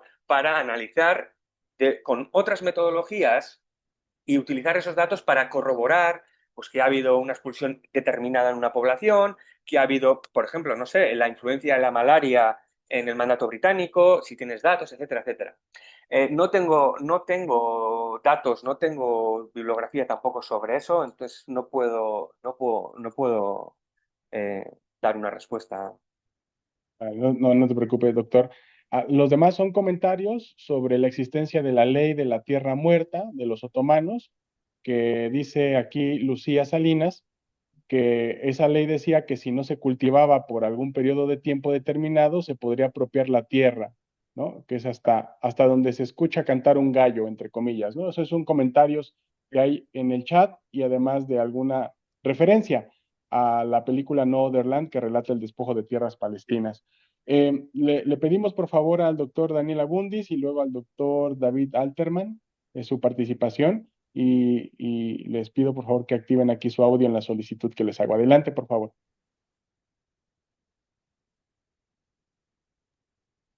Muchas gracias por la palabra, colegas. Saludos a todos y a todas. Muchísimas gracias, profesor Endica, por la ponencia. En realidad la disfruté mucho y yo quería como recuperar dos cosas, profe, antes de hacer la pregunta, sobre todo cuando te escuchaba hablar del tema de Herzl, ¿no? Un Herzl que entiendo, pues tiene dos momentos al momento de escribir el Estado judío, ¿no? Por un lado, esa lógica de un Estado judío que, que opta por la tierra prometida en función de una capitalización de la economía que pudiera devenir en la colonización del territorio palestino. Y por otro lado, ya después desde la ficción, desde Al New Land, un modelo mucho más racista, mucho más exclusista, excluyente dentro del tema palestino. Yo quería preguntarte, Indica, si dentro del estudio que tú haces consideras, porque ya nos hablas de esta teoría de colonialismo de asentamiento, que además, pues seguramente trabajaste bien con el doctor Ilan Papé, pero si dentro de todo este análisis que tú haces al interior de las dinámicas del mandato británico de Palestina, las violencias ejercidas por parte de grupos paramilitares como el Irgun y el Stern, porque a mí me parece muy, muy importante señalar que ciertamente desde los primeros asentamientos, desde el siglo XIX, como los amantes de Sion, de León Pinzer, que llegaron bajo la lógica de la granja y de, a final de cuentas, esta sociedad preestatal como los kibutzim, pero también, por otro lado, al interior de lo que sucedía, la gran revuelta árabe en el 36 y las maneras de resistir por parte de la población indígena palestina, si tú consideras dentro de esta lógica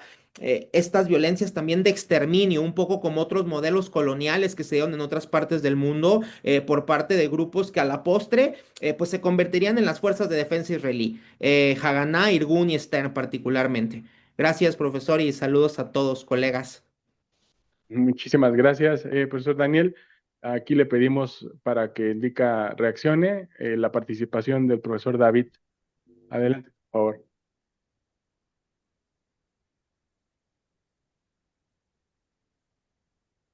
Profesor David Alterman.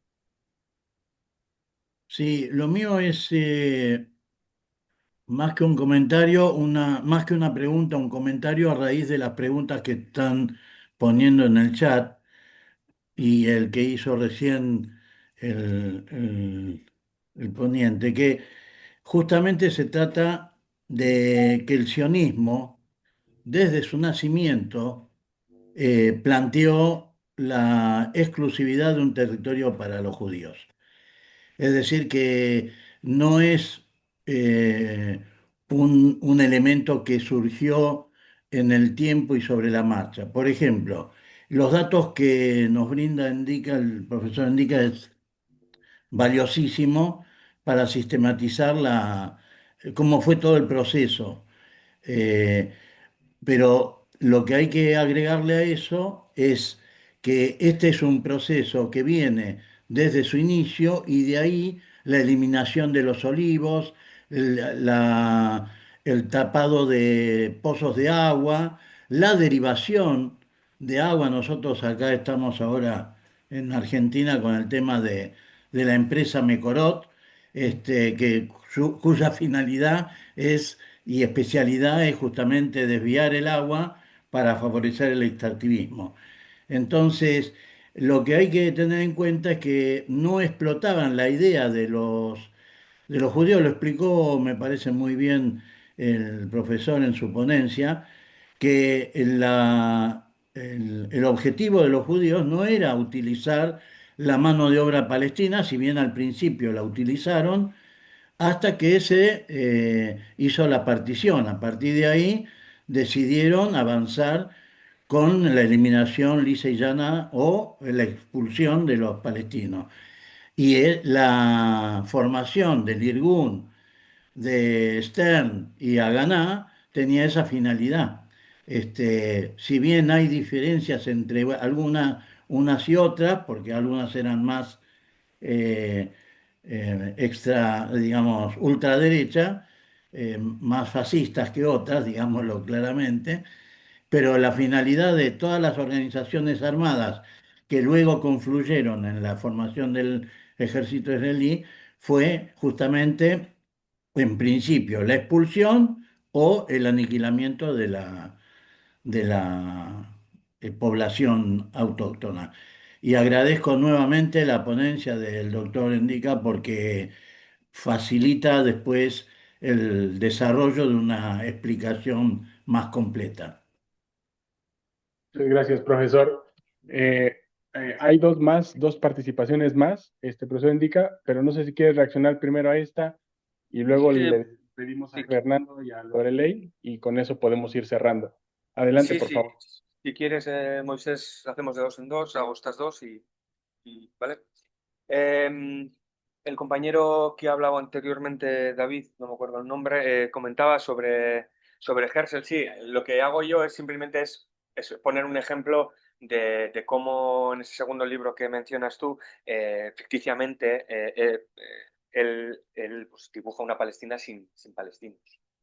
Como, hablando o utilizándolo no específicamente para Palestina, sino cómo los diferentes casos de settle colonialism eliminan al indígena, aunque no lo eliminen físicamente. En Brasil, en distintos... Hoy estoy en una conferencia en Italia de demografía histórica y una compañera brasileña me hablaba de cómo en Brasil se invisibilizaba al indígena o cómo herramientas que utilizaba el Estado para eliminar, invisibilizar, etcétera, etcétera, a la población indígena, sin que desaparezcan físicamente. Yo lo utilizaba y tenía razón y tiene esos dos libros muy importantes, pero lo utilizaba más o menos para contextualizar el hecho de que para el proyecto colonial el indígena no vale nada. Bueno, vale hasta que el desarrollo económico le puede permitir eh, eliminarlo o desplazarlo. Lorenzo Beracchini tiene una frase bastante peculiar en ese sentido que dice, trabaja para mí hasta que te elimine, hasta que te vayas. En ese sentido. Luego el comentario que realizaba sobre la violencia, el Haganah y Guni, el grupo Stern, yo no llego a utilizar ese tipo. Es importante puede ser repositivo, pero un poquito alineo a la misma respuesta que de los olivos, etcétera, etcétera. Yo con esto pretendo articular una teoría en base a demografía y proyectar y generar unos censos, unos números estadísticos para ayudar a complementar lo que es la historia, lo que es la imagen que David, que el siguiente ponente, o sea, la siguiente persona comentaba. Entre todos, distintas áreas, distintas disciplinas, hay que ir desmantelando poco a poco, con mucho esfuerzo, obviamente, pero hay que ir desarticulando y desmantelando una narrativa y un proyecto colonial muy, muy, muy fuerte, desarrollado, con muchos vínculos, con muchas conexiones, etcétera, etcétera. Entonces, a lo que voy yo es a intentar poner el pequeño granito de arena desde mi humilde posición para que el compañero que hacía la pregunta pues analice, por ejemplo, qué tipo de violencia se ejercía, si esa violencia que se ha ejercido en el mandato británico, que sí tenemos constancia de ella en narrativa, se puede guiar o seguir, track, como se dice en inglés, para determinar si hay poblaciones determinadas que decrecen por acciones de grupos armados sionistas. Hay un... No es en relación al mandato británico, pero sí es a la Nakba. Está el libro, creo que solo está en inglés, Out of the Frame, de Ilan Pape, que trabaja y comenta un poquito también lo que es en ese sentido, bueno, el máster de un estudiante de la Universidad de Haifa, cómo hace entrevistas a antiguos combatientes que tomaron tantura y cómo con las entrevistas va desarrollando que se está realizando una matanza. Entonces, yo creo que la metodología a implementar es diferente y bueno, y es un pasito esto, una apertura le animo al compañero a abrir el camino. En cuanto a lo que comentaba David, yo creo que sí, en ese sentido, pues creo que es importante y yo lo que quería hacer hincapié es que sí, la gente, bueno, pues dependiendo de con qué tipo de perfil te encuentres de gente, yo creo que Moisés lo ha expresado muy bien en los pocos minutos que ha hablado, el problema de Palestina no empieza el 7 de octubre, no empieza en la Nakba. Empieza en el primer momento que un proyecto colonial europeo, nacionalista, racista, con todas las estructuras que tiene, que desarrolla, pone el foco en Palestina y empieza a generar y empieza a poner una máquina en funcionamiento para la apropiación de tierras, expulsión de indígenas, etcétera, etcétera. Entonces, eso es muy importante entender porque es el kit de la cuestión para entender el origen del propio conflicto. Y comentaba David, creo que era, sí, los primeros asentamientos, bueno, de los primeros asentamientos sponsorizados por Rothschild, sí, en algunos de ellos sí se utilizaba mano de obra palestina. Jason Safir y Zachary Lockman tienen dos muy buenos libros en relación a ese, sobre todo recomendaría el libro de Jason Safir, bueno, que analiza ese tipo ese periodo donde el proyecto sionista no tiene un reemplazo demográfico suficiente, hay algunos benefactores económicos que el sionismo todavía está en proceso estamos hablando de 1897 cuando nace, la colonización, las primeras colonizaciones de Palestina modernas creo que el primer asentamiento es 1877, algo así, entonces los pogroms que suceden en Rusia, etcétera, etcétera. O sea, en ese protosionismo que se va articulando desde 1840, 60, con autoemancipación, Roma-Jerusalén, con esa liturgia y con los pogroms que se hacen en Rusia, sí que hay gente que viaja allí, pero esa gente tampoco no tiene, hay una poca parte que está politizada, hay gente que escapa de pogroms, etcétera, etcétera, y sí que al ser sponsorizados por el Baron Rothschild no tienen la capacidad de trabajar, de cultivar todo ese tipo de... y sí que contratan palestinos. ¿Qué sucede que cuando contratan palestinos? Que también por 1910, 7, ya los proyectos sionistas intentan suplantar la mano de obra palestina por mano de obra judía yemení. ¿Pero qué sucede? Que los judíos yemeníes hablan árabe, les pagan menos que a los judíos askenazis europeos, entonces, claro, el aliado social, político, aunque sea, claro, había una confrontación en eso, entonces tampoco no les valía. Pero bueno, al final son distintos casos, hay que ir un poquito al detalle. Como he dicho antes, cada caso, en este caso Palestina, también es complejo, tiene muchas aristas, hay muchas distintas organizaciones, y bueno, se necesitaría un estudio más detallado, que sí que hay compañeros que han hecho, y me vuelvo a recomendar el libro de Gerson Safir, que habla del laborismo de 1881 hasta, hasta no me acuerdo las fechas, pero bueno, si ahora lo busco y os lo mando por el chat. Si no te importa, Moisés, pasamos a la siguiente. Claro que sí, muchas gracias, profesor. Pues está un comentario de Lorelei en el chat preguntando si se ha consultado el trabajo de Benny Morris, que ha sido uno de los historiadores que, a pesar de ser sionista, ha creado una investigación muy completa sobre el problema de los refugiados. Es un comentario que está ahí en el chat y le pedimos al profesor Fernando Sinue que haga uso de la palabra para escuchar su participación. Muchas gracias.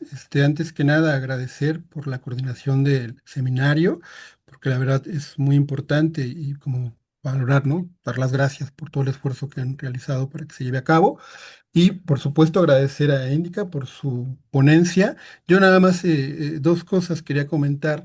La primera es, me pareció muy interesante porque muestra que como no ha sido homogéneo el proceso de colonización y eso hace pensar como las distintas fases, ¿no? Escuchándolo recordaba a bote pronto así a Moshe Dayan diciendo, no, pues hay que hacer la ocupación, él hablaba de la ocupación, mucho más invisible para que los palestinos no nos den problemas, no se revelen en ese sentido. Entonces, cuando escuchaba como esto de los casos de estudio del colonialismo, de asentamiento, me parecía muy interesante porque hacía precisamente eso, mostrar que no era homogénico todo este proceso.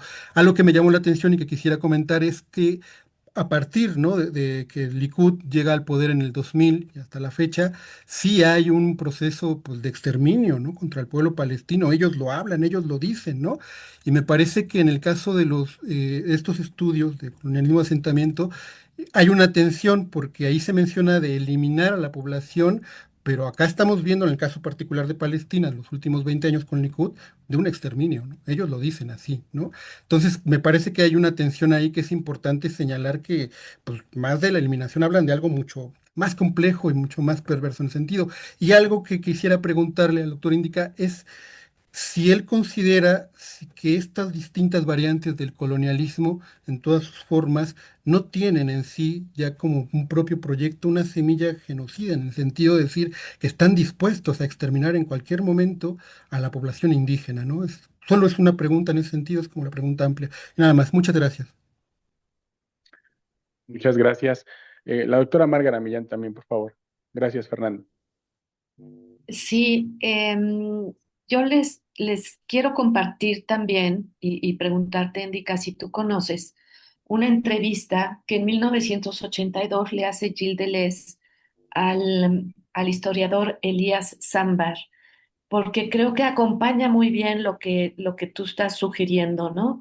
El germen de la eliminación del nativo está ahí presente desde el origen. Esa ocupación de Israel por Palestina es, digamos, como el corazón del proyecto sionista israelí, apoyado también por un sionismo, voy a decir, no judío, es decir, por el imperialismo en ese momento, ¿no? Sabemos que, bueno, que hay un lobby judío muy importante que logra la declaración de Balfour y que finalmente esto ocurre hasta con la partición, ¿no? Pero lo que es bien interesante es entender, y esto lo dice Elías Sambar de una manera muy tremenda, ¿no? Él dice, desde la ocupación judía en Palestina, es como si Palestina hubiese desaparecido. Y creo que ese es el proyecto que se va concretizando poco a poco y que lo que dice el compañero que me antecedió, sí, yo pienso que desde la derechización extrema de Israel hay un discurso mucho más claro y transparente sobre esto, ¿no? Los vamos a matar. Nada más hay que ver las declaraciones de Daniela Weiss y bueno, y de todos los otros que son como mucho más extremistas que hoy la Unión Europea dice, bueno, eso sí, no los vamos a dejar entrar porque son demasiado malos. Pero quizá lo que debemos de pensar es qué permite que hoy ese discurso se transparente de esa manera. O sea, el objetivo ha sido el mismo desde el inicio. Israel quiere ocupar toda Palestina. Eh, lo va haciendo, como tú dices, se va acomodando a los periodos históricos. Entonces, ¿en qué momento histórico estamos hoy donde el genocidio se puede transparentar de manera directa y cruda? ¿No? O sea, se puede decir sin empacho, ¿no? Todos los árabes de aquí van a morir, los vamos a expulsar, los vamos a convencer de que se vayan, porque si no, entonces creo que eso también debe de formar como parte del horizonte pues teórico-político, ¿no? De lo que estamos analizando. O sea, sí estamos en un momento de recrudecimiento del genocidio, pero que este ha sido a cuentagotas desde el inicio, ¿no? Quitando todas las posibilidades de reproducción de una cultura, no vamos a ir más allá digamos, para pensar cómo se ha destruido todas las bases eh, médicas de salud, de alimentación, de educación, que permitían que Palestina se reprodujera. Estamos en eso.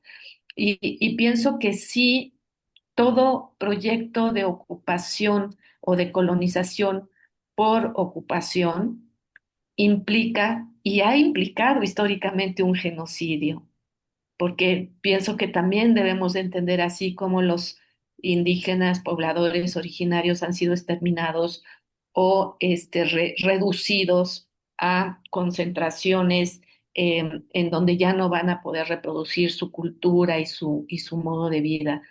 Eh, Eso, y aquí les pongo la entrevista porque es muy sobrecogedora como Elías Ámbar puede decir que los palestinos sienten desde 1948 ya de manera, digamos, segura, que su destino es desaparecer. Y sin embargo resisten, hay que decirlo, ¿no? Sin embargo, ahí están. Muchas gracias, profesora Márgara. Indica, por favor, una reflexión final sobre estas participaciones. Por favor, gracias. Sí, gracias, Moisés. Bueno, en primer lugar, creo que había un comentario sobre el trabajo de Benny Morris, que, bueno, que se retractó después de publicarlo, después de, de Benny Morris, Ilan Pape y Salim, bueno, conocidos como nuevos historiadores, cuando se abrieron los archivos después de 30 años de la declaración de, creo que fue en el 78, 79, creo que se abrieron, y luego los volvieron a cerrar algunos súbitamente. Benny Morris sí habla de la misma línea que habla Ilan. Lo que pasa que después de lo que sucede cuando se publican ese tipo de trabajos, Benny Morris lo que dice es sí, lo teníamos que hacer. Claro, no, yo no trabajo con ese periodo. Ese periodo de la Nakba, la guerra, o sea, la Nakba y lo que es la guerra 47-49 muy machacado. O sea, no machacado, pero está muy investigado, los archivos, etcétera, etcétera. Yo voy un poquito antes, o sea, y voy un poquito también a lo que hablaban algunos compañeros que preguntaban y a lo que acaba de decir Márgara. Eh, Está no, igual es un poquito decirlo así, pero está en su ADN la eliminación del indígena. O sea, lo único que hacen los proyectos coloniales es adaptarse a las necesidades coyunturales del momento. El problema, o bueno, la ventaja para los palestinos es que el sionismo llegó tarde allí. Porque si llega a ser un movimiento colonial, como pasó en Estados Unidos, Australia o otras zonas de Latinoamérica, no estaríamos hablando de los palestinos ya estarían exterminados sin televisión, sin cámaras, sin fotos y sin nada. Entonces, como es un proyecto colonial bastante tardío y en una zona con una tradición de asentamientos, o sea, de ciudades, etcétera, etcétera, muy consolidada también, no tenemos que olvidar que Jericó tiene asentamientos continuos de miles de años, etcétera, etcétera, conexiones entre el Líbano, Egipto, Palestina, etcétera, etcétera, les ha resultado muchísimo más difícil hacer lo que quieren hacer o lo que están queriendo hacer. Lo único que yo hablo con este mapa es, vamos a ver en una perspectiva histórica desde el sionismo cómo vamos a articular en una cronología continua los distintos procesos particulares o generales de eliminación. Estamos focalizándonos ahora en Gaza, o hablamos de Gaza, pero también en el 48, cuando Ben Gurion va a la Galilea y se encuentra que está lleno de árabes, ¿qué hace? Funda Nazaret Ilit. Empieza a hebraizar, por decirlo de alguna manera, esa tierra. Por ello, si hubiese sido, obviamente, logísticamente y por capacidad, obviamente hubiesen expulsado a todo el mundo de esa tierra. Lo que sí que creo, y me lleva un poquito, voy a secuestrar las palabras de algunos compañeros o del propio Ilan Pape, que últimamente pues, va enfocando en ese sentido. Los regímenes coloniales, cuando están no voy a decir, él lo articula diciendo en el final, y ojalá que sea así con Palestina, es cuando más agresivo se vuelve. Argelia, Sudáfrica, el propio Vietnam, etcétera, etcétera. Entonces, no deja de ser una reacción a las distintas herramientas de eliminación que tienen estos proyectos, ya sea apartheid, porque todavía no puede hacer un exterminio, un genocidio, una limpieza étnica, etcétera, etcétera. Se van adaptando también en sus propios recursos hacia la eliminación del indígena. No podían, en 1922, el 23, cuando se otorga el mandato británico, no tenían la capacidad logística, militar, etcétera, etcétera, de coger a todos los palestinos y expulsarlos. No tenían tampoco tenían mucho más apoyo, digamos, extranjero. Las dos potencias mundiales, bueno, en primer lugar el Reino Unido y posteriormente la Unión Soviética y Estados Unidos apoyan la creación del Estado de Israel. Entonces, hoy en día no estamos en esa fase. Sí que es verdad que tienen unos apoyos, y es lo que hemos dicho al principio de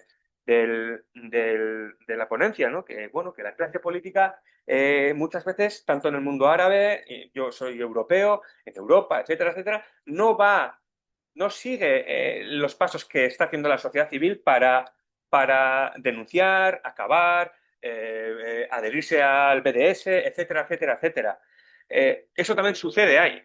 Entonces, claro, ahora no están tan cómodos en ese sentido, entonces se vuelven muchísimo más agresivos.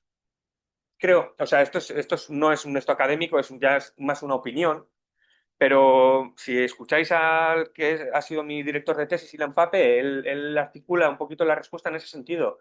Cuando llega el final de estos colonialismos de asentamiento, etcétera, etcétera, es cuanto más agresivo se vuelve.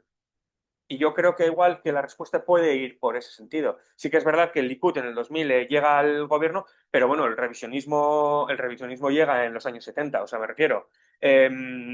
Y yo me atrevería a decir que en rasgos generales, en cuanto a la eliminación, etcétera, etcétera, y los objetivos más generales y grandes del sionismo, tanto el laborismo como el revisionismo están de acuerdo.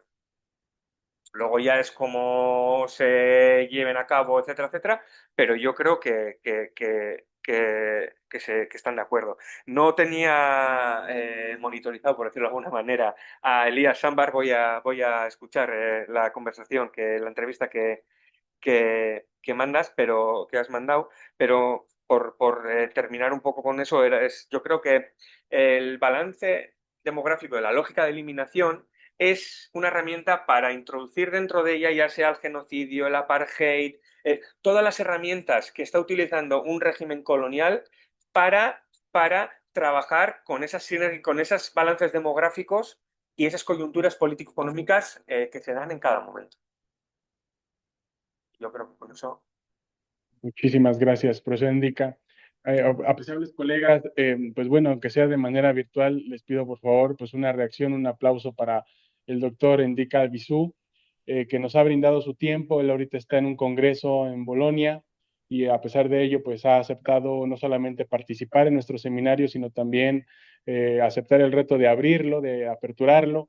Y la verdad es que ha sembrado pues una serie de documentos y de argumentos muy útiles para fortalecer la lógica argumentativa de que el colonialismo no solamente ha sido un proceso israelí, sino también un proceso británico, aunque tiene sus propias características y sus propias formas de despojo, no se puede dejar de pensar como un proceso colonial tardío, con las características que planteó el doctor, pero a final de cuentas el preámbulo para lo que viene después, que lamentablemente será la Nakba y el colonialismo israelí. Para la próxima sesión vamos a tener la participación del profesor Rodrigo Carmi, que él viene de la Universidad de Chile, y la próxima sesión va a ser el jueves 25 de septiembre a la misma hora, y estaremos enviando el mismo sistema de registro para efectos, ya saben ustedes, de nuestra propia gestión y seguridad, y con el fin pues de seguir compartiendo esto a la audiencia que esté interesada. No me queda más que agradecer, Indica, nuevamente por tu tiempo, por tu generosidad Y bueno, acuérdense que en el chat pues va a estar todo el tiempo circulando para que nosotros circulemos documentos, nombres que se nos hagan difíciles, para que nosotros mismos hagamos nuestro propio archivo con nuestra propia agencia que tenemos y entonces armemos nuestra propia lógica argumentativa. Indica, muchas gracias de nuevo, de corazón, y gracias a cada uno de ustedes por estar conectados aquí el día de hoy, aquí desde la Ciudad de México. Doctora Margarita Millán, ¿algunas palabras? Solo corazoncitos. Corazoncitos de corazón. Gracias. Hasta la próxima. Gracias, doctora. Gracias a todos y todas. Gracias, Indica. Hasta pronto. Muchas gracias a vosotros, un placer. Cuídense. Gracias.